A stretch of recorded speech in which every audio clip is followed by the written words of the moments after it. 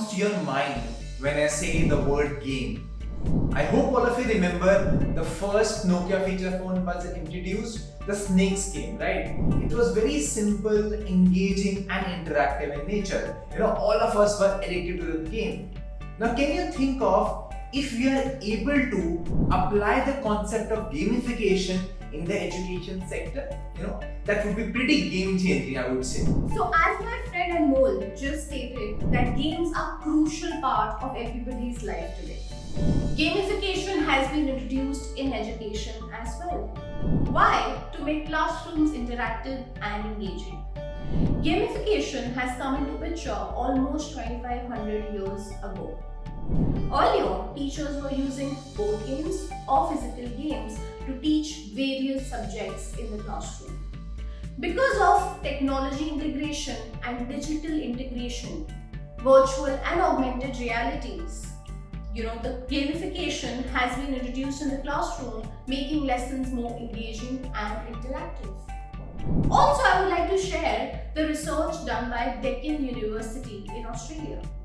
75% of students agreed that gamifications has made their life easier. The learning has become much fun, interactive, and it stays with them for a long duration of time. Now let's try to understand the concept of gamification using some psychological principles. The first principle is Ebbinghaus curve. Now Ebbinghaus said that your memory decays according to an exponential curve, which says 60% of it is reduced within 1 day and 80% is reduced within 1 week. So that's why gamification becomes very important to enhance the memory level of your students. Second model that we'll be going through is called Atkinson's memory model, which has 3 components: sensory memory, short-term memory and long-term memory. So to convert any information from short-term memory to long-term memory, you have to do elaborative rehearsals. That can be done through a combination of testing and gamification. So the third principle is called testing effect. Have you ever wondered why all the chapters in the textbook has question and answers, true and false, and multiple questionnaires in the end? Well, let me tell you. It is called testing effect. It is so that we can check whether the student is able to retrieve all the information that he has learned in the chapter from the memory or not. Now let's try to understand what are the components of gamification, and we'll give you a very simple example of Super Mario, right? I hope all of you might have played Super Mario game. So the first component is an objective, right? Mario had an objective to overcome all the obstacles, right? That is the first component. Second component are the rules, right? Every game has certain rules. So Mario had some rules that they can move over the contours, right? Certain points they had to collect. So rules are very important. Third thing is the feedback system, right? So whenever Mario used to go on different contours where he was not allowed, their points were reduced, right? So we were getting a feedback to go in which track. The fourth component that we have is rewards and recognition. I hope all of you remember, collecting coins, right? Every 100 coins gave you 1 life chance. So that is the fourth component of rewards and recognition in a gamification. Fifth component that we have is progress tracking.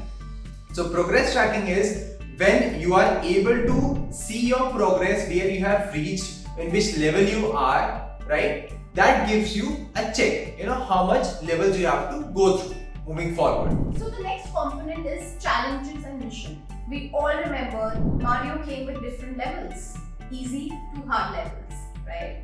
The next component is called storyline and narrative. Every game has a story. Same ways, Mario also had a storyline where he was actually crossing these levels to meet his princess.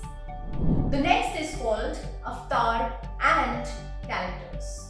We all remember Mario because of his mustache, the cap he wear, and the funny sounds that he made during playing the game. So character is equally important. Next element is time constraint. Now, Mario also had a time constraint when he had to kill his enemy to reach the next level, closer to his princess. Last component is called leaderboard. We all get excited and curious when we see there's a person who has the highest rank, and we all try to reach that level of leaderboard. So these are important when it comes to gamification. Here are some tools which help you to gamify your classrooms. First is Kahoot, which helps you to convert your assessments into gamified format.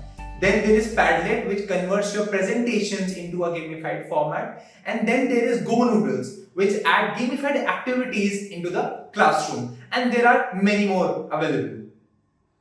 I hope today's video on gamification must have added a lot of value into your learning.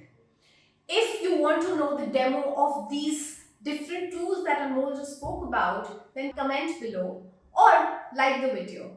We would come up with more demos like these.